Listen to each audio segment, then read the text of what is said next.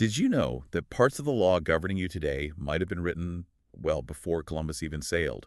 Or, get this, that a 13th century rule about wearing armor to Parliament is still technically on the books? It sounds pretty wild, doesn't it? It really does. Welcome to the Deep Dive.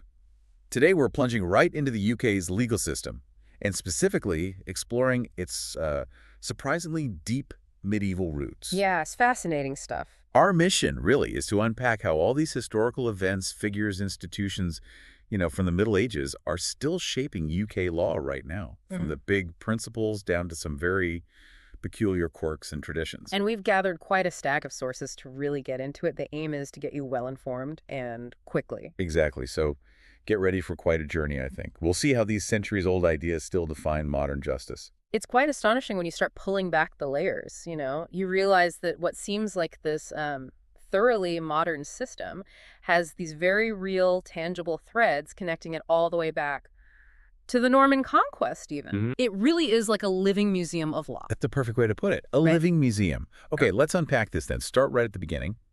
The historical foundations. We're talking 1066 and onwards. Indeed.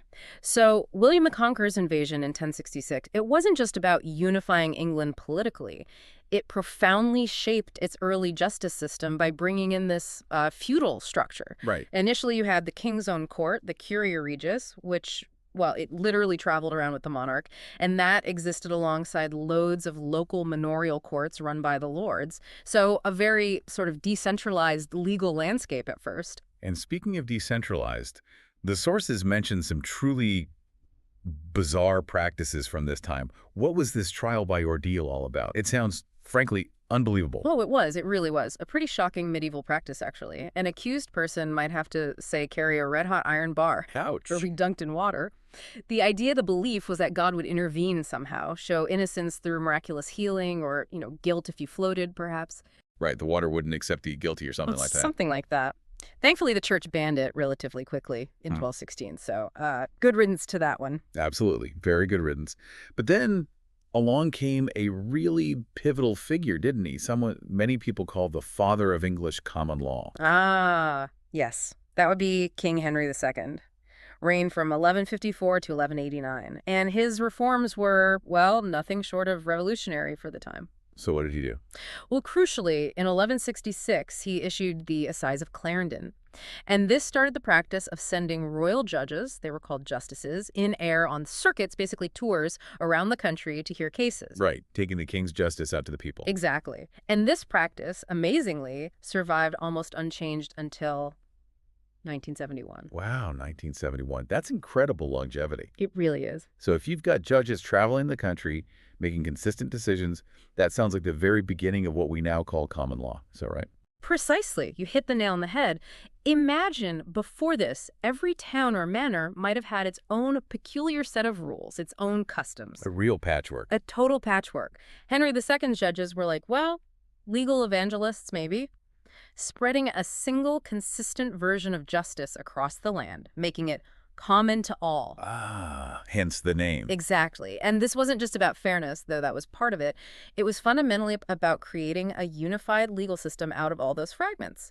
And those rulings, once they became consistent, well, they became the bedrock for future decisions.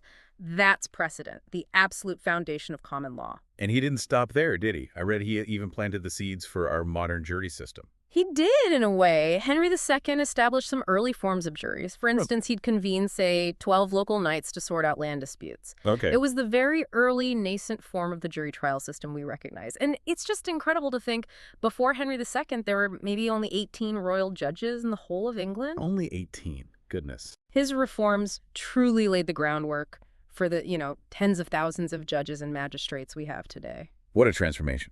Okay, and speaking of foundational moments, next up is probably the most famous medieval legal charter of them all. That has to be Magna Carta. Signed well, sealed in 1215 At Runnymede. at Runnymede, and it was essentially a forced agreement, right, imposed on King John by his unhappy barons. Yeah. But its core principle is just incredibly powerful and enduring. The idea that the king, the government, was not above the law. This established the fundamental concept of the rule of law itself. And the promises it made, they still resonate, don't they, Yeah. even today? They absolutely do. It famously promised that no free man shall be imprisoned or stripped of his rights or possessions, except by the lawful judgment of his peers or by the law of the land. Which sounds very much like trial by jury and due process. It's essentially an early guarantee of exactly that. Principles that remain totally central to justice today. Now, okay, it initially defended specific feudal privileges for the barons. Right? It wasn't maybe quite as democratic as we sometimes think initially. And not initially, no, but it very quickly became this powerful symbol of individual rights and limited government, and it really solidified its place when it was reissued and formally entered into the statute rolls in 1297. So after Magna Carta, did the monarchs just sort of stop there, or did they keep building on this legal framework? Oh, they definitely kept building. For Yeah. example, there's a statute from 1267 under Henry III, the Statute of Marlborough, parts of which are astonishingly still in force today, dealing with things like justice administration and debt recovery. Still in force from 1267. That's mind-blowing. It shows the sheer longevity, doesn't it? Like, And then you have King Edward I later in the 13th century. He's sometimes called the English Justinian because he did so much legislative work. right. He compiled many laws, including his Statute of Westminster in 1275, which introduced the idea of common right and, crucially, gave us the first statutory definition of treason in English law. Okay, so the system's getting more complex. What about the courts themselves and the lawyers? When did that profession really start to emerge?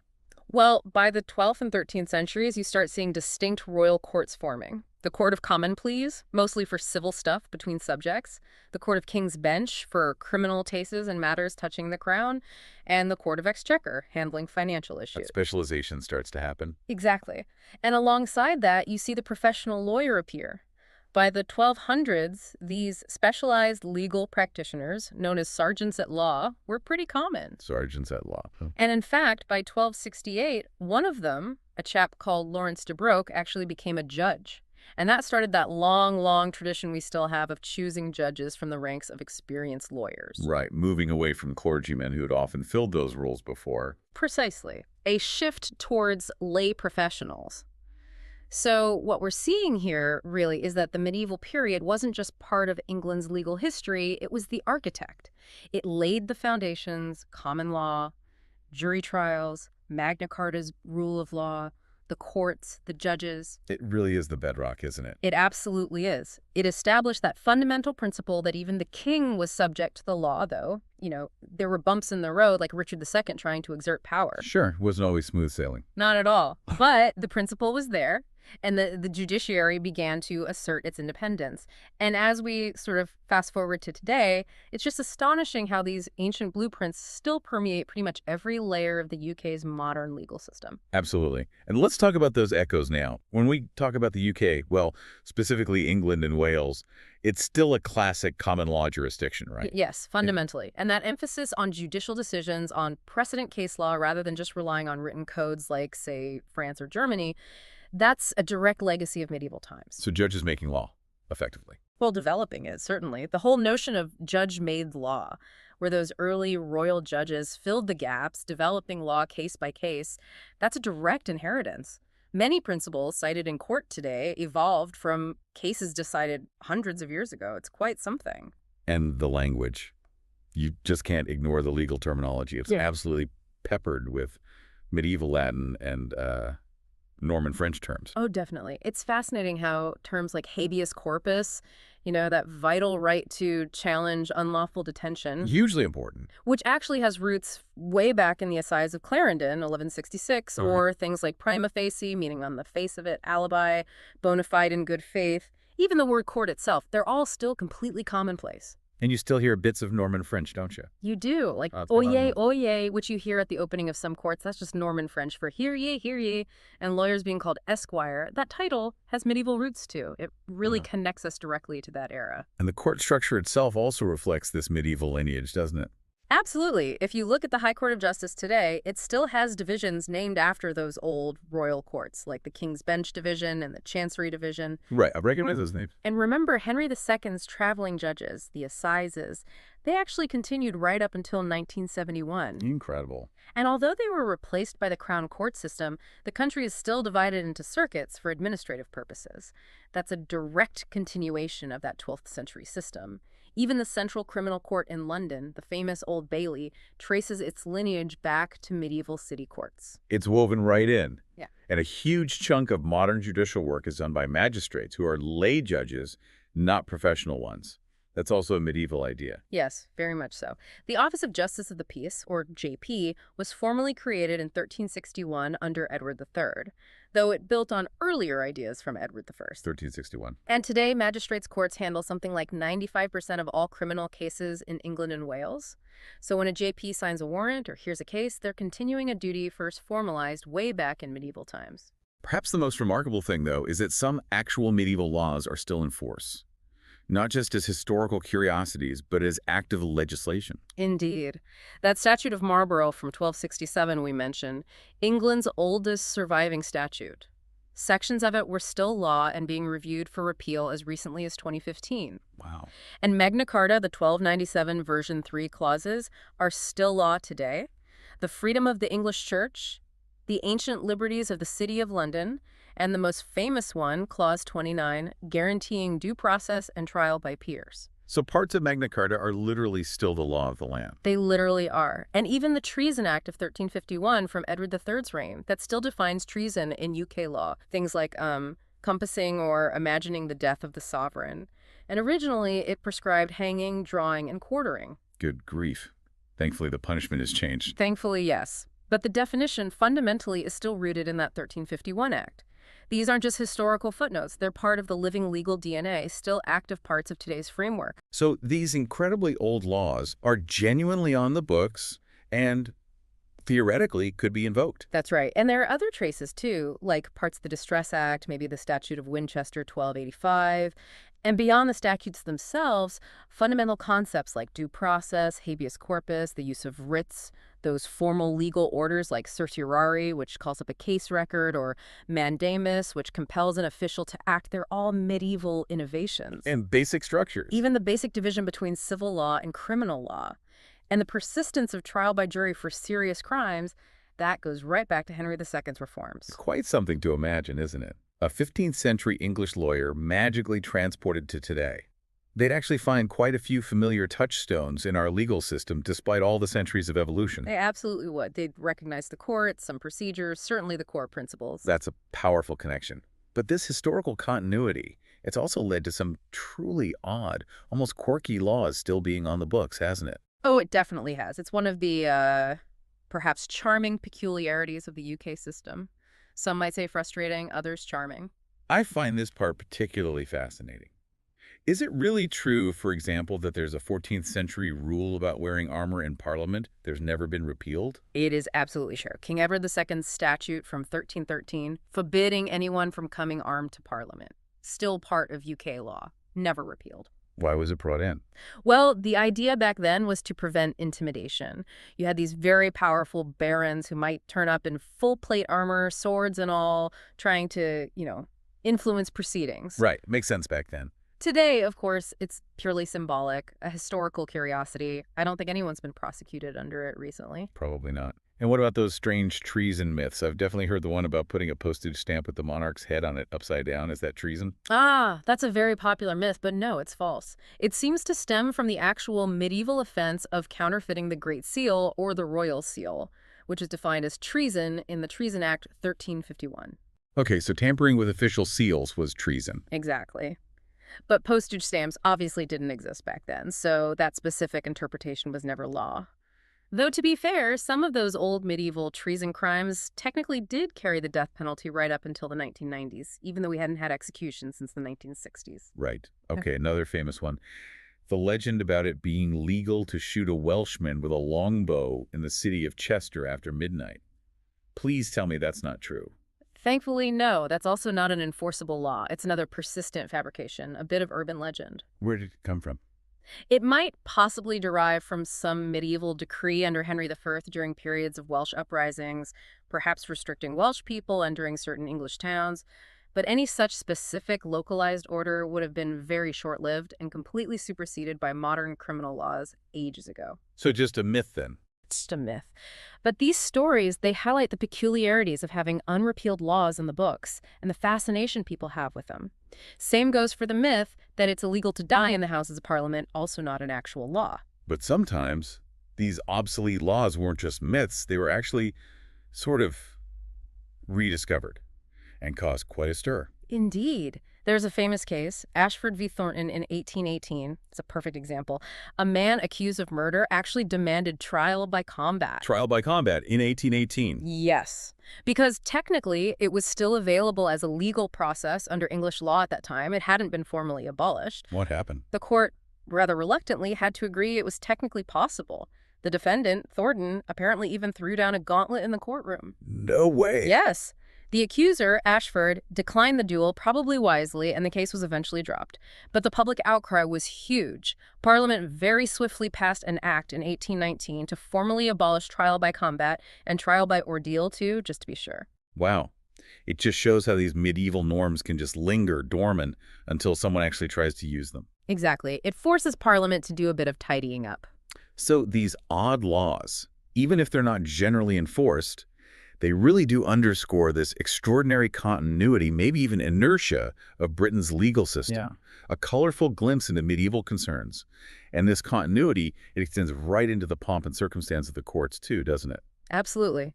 The legal traditions, the ceremonies, they're a direct visual and auditory link to the past. For instance, every courtroom in England and Wales displays the royal coat of arms. Why is that? Well, that practice dates back to about 1399 with Henry IV.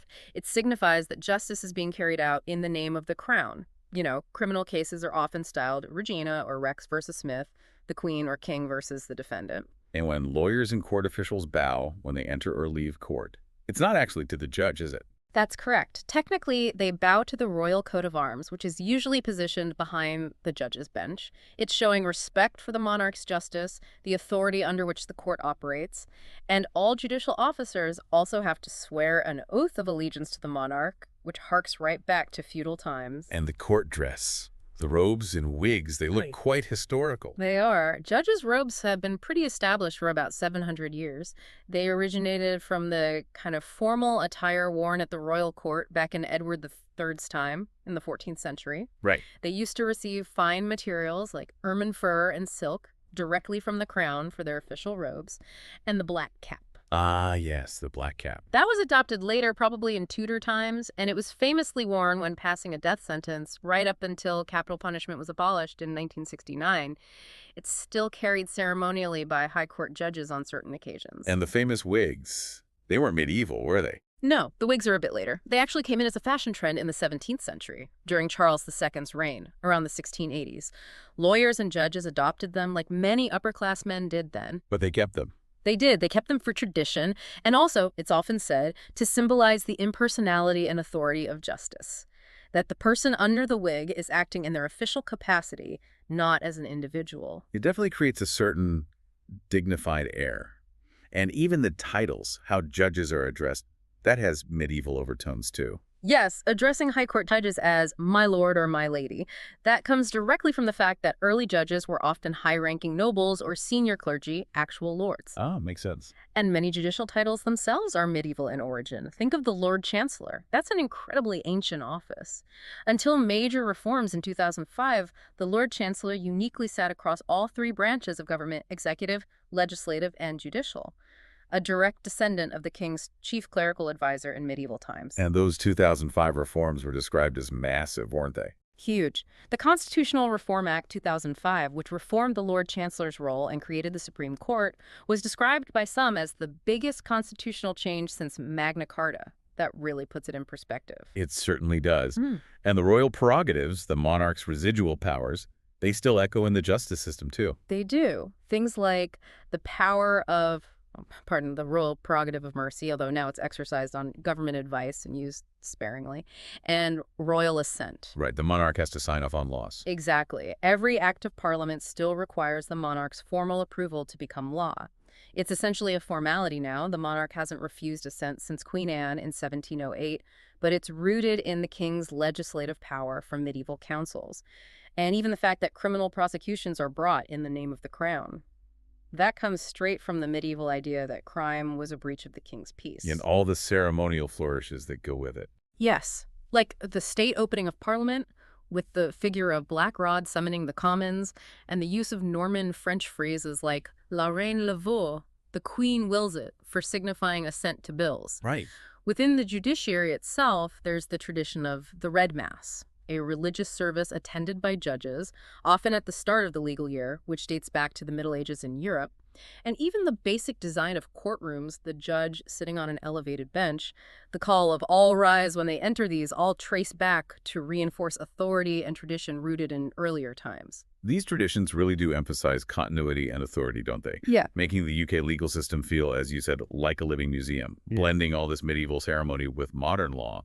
But how does this quite unique, historically layered system actually compare globally? That's a really important question to ask, because many other countries, particularly in Europe, had these major legal revolutions or moments of codification that effectively swept away a lot of their medieval laws. A clean break. Pretty much. The UK, well, specifically England and Wales, never really had that single point where it just discarded its entire legal inheritance. The common law system just grew organically, case by case, statute by statute.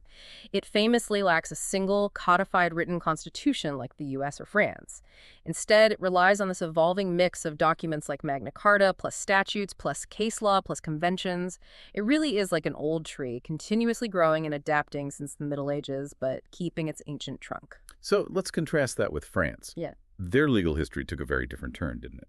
Yes. France provides a very clear contrast. After the French Revolution, they wanted a complete break from the old, fragmented, feudal legal past. So Napoleon, in 1804, enacted the Napoleonic Code. The civil code. Exactly. A comprehensive written civil law code. It aimed to be rational, systematic, it abolished feudal privileges, and, crucially, it rejected the idea of binding precedent from judges. Judges were meant to apply the code, not create or develop law themselves, and this approach spread across much of continental Europe. In Germany, too, they also codified their law, although a bit later. That's right. Germany unified its law much later with the German Civil Code, the Bürgerliches Gesetzbuch, or BGB, which came into force in 1900. It was a very systematic academic project aiming for logical consistency and theoretical purity. So, in Germany, a judge will typically refer to specific paragraphs in the code. Whereas in England, As we've said, a lawyer or judge might be citing a case from 1700 or a statute from 1328 alongside a very modern piece of legislation or a recent court decision. It's a completely different feel. Now, the United States is interesting. It inherited English common law, mostly. Yes, most U.S. states did, with Louisiana being the main exception due to its French and Spanish history. Early American lawyers absolutely used English precedents and legal thinking. But they diverged. They diverged significantly in one key respect. They adopted a written constitution in 1787, a single codified supreme law of the land, which the UK doesn't have. The U.S. also embraced codification of statutes much more widely in many areas, like criminal codes in different states, so it's kind of a mix. But the underlying approach. The underlying legal mindset in the U.S. is still very much common law oriented. Court precedents, especially Supreme Court decisions, are hugely important in shaping the law. But you see ceremonial differences too. Judges wear robes, but generally no wigs. Okay, so summing up the key differences. Civil law systems like France and Germany rely heavily on codification in comprehensive codes. Judges have a more limited role in shaping law. The aim is systematic clarity. Right. Whereas common law systems like the UK and the US are characterized by precedent, by case law. There's no single exhaustive code covering everything, and especially in the UK, you have laws visibly spanning many different eras living side by side. And that leads to procedural differences too, doesn't it? Adversarial versus inquisitorial. Yes, generally. Common law systems typically use an adversarial system. Two opposing sides present their case to a neutral judge or jury. It's like a contest. And this evolved arguably from medieval methods like trial by combat, refined over centuries. Civil law countries often use a more inquisitorial system, particularly in the investigation phase. The judge or examining magistrate takes a much more active role in gathering facts and questioning witnesses. This approach is often traced back to reforms during and after the Napoleonic era, and juries tend to be used more sparingly or in different ways in many civil law systems. It's really clear then, isn't it? The UK system stands out as this living museum of law, an organically grown system that values accumulated wisdom, maybe flexibility, while codified systems prioritize clarity and unity, often starting from more of a clean slate. That's a good way to put it. But what are the actual pros and cons of having a legal system so deeply rooted in history? Let's weigh that legacy. Okay, well, on the pro side, the advantages. There's enormous stability and continuity. This gradual evolution provides a high degree of stability. Principles like those in Magna Carta have stood the test of time for centuries, which can inspire public confidence. Things aren't changing drastically overnight. Exactly, and that allows for incremental development and flexibility. Common law can adapt, case by case, as new situations arise. Judges can refine the law without always having to wait for Parliament to pass a new statute. It's often described as organic growth, like a medieval cathedral that's been continuously renovated and added to over the centuries. I like that analogy. This flexibility allows it to bend without breaking when facing new societal challenges. Then there's the rich heritage and cultural identity. There's a certain prestige, maybe even majesty, in its historic traditions, the wigs, the gowns, invoking Magna Carta. It connects citizens to a long history of civic duty and the struggle for the rule of law. A sense of connection to the past. Yes. And finally, maybe resilience. A system that has survived so many upheavals, civil wars, revolutions elsewhere, world wars, suggests there are some pretty robust underlying principles. And this history has certainly contributed to its influence on legal systems around the world, in the Commonwealth and the U.S. Okay, those are some strong arguments for it. But there must be definite downsides, the cons as well. Complexity and obscurity seem like obvious ones. Absolutely, that's a major one. Laws are scattered across centuries of case reports and statutes. It creates this dense legal undergrowth that can be incredibly hard, even for lawyers, let alone the public, to navigate fully. Which affects access to justice. It can. It undermines accessibility. You see bodies like the Law Commission constantly working to consolidate laws and repeal dead law from down the centuries, precisely because it clutters the statute book and makes things obscure. And this focus on the past can lead to inertia, can it? Slow reform. Yes, that's another big criticism. The high value placed on precedent and tradition can sometimes lead to very slow change. Outdated concepts or procedures can persist long after their rationale has gone. We mentioned the Lord Chancellor's mixed powers that survived until 2005, long after most people thought it was appropriate, simply because of historical inertia. Reform often only happens when there's a major crisis or sustained pressure. And we saw with that trial by combat case how archaic laws can occasionally cause actual mischief. Indeed. Unrepealed, obsolete laws can create unexpected loopholes or, as in the Ashford case, be vexatiously resurrected. Even if not enforced, they can fuel public misunderstandings and cynicism about the law, like all those myths about strange medieval laws being active. Compared to codified systems, there's maybe a lack of immediate clarity, too. Yes, arguably. English law, relying on interpreting nuances across countless cases and statutes from different times, can seem less immediately clear or certain than a neatly structured civil code where you can, theoretically, just look up the relevant paragraph. It can be harder for non-lawyers to get a handle on. And finally, there's that perception sometimes of elitism or just being out of touch. That's definitely a factor in public debate. The traditionalism, the Latin phrases, the wigs, the gowns, the formal address can certainly alienate some people who find it intimidating, old-fashioned, or out of sync with modern society. This sparks ongoing arguments about whether all the pomp and ceremony genuinely enhances authority and public confidence, or actually undermines it by making justice seem remote. So it really does sound like a clear trade-off, doesn't it, between tradition, continuity, and stability on one hand, and modernization, clarity, and accessibility on the other. I think that's fair. The UK has generally taken a more conservative path, valuing those time-tested principles and gradual evolution. But there's always constant pressure to modernize, to streamline, to make things clearer. Sometimes, as we saw with the Armour in Parliament rule, those charming but pointless historical laws are kept, perhaps just for their heritage value. Well, it's been an absolutely incredible journey, hasn't it? Tracing the story of UK law right back from the Norman conquest, through Magna Carta, the rise of common law, all the way to modern-day courtrooms. It really shows how deep those roots go. It's just so clear that from the fundamental guarantee of due process in Magna Carta, right down to that seemingly odd, quirky rule about wearing armor in Parliament, history isn't just something you read about in textbooks. In the UK legal system, it's really woven into the very fabric of the laws and institutions that govern millions of people today. It truly is a living testament to the past. Continuously evolving, yes, but never quite forgetting its roots. So perhaps a final thought for you to ponder. What does it truly mean for a society to live under a legal system that is, in so many ways, a living museum of its own history? How does that deep historical continuity shape our understanding of justice, our rights, and maybe even our sense of civic duty in the modern world? A fascinating question to leave things on. Thank you for joining us on this deep dive. Thanks for watching the video. We'd love to hear your thoughts. Feel free to share them in the comments below. If there's a specific topic you'd like us to cover next time, do let us know. Don't forget to subscribe to the channel for more videos like this. And if you found this one helpful, make sure to share it with others too. See you in the next video.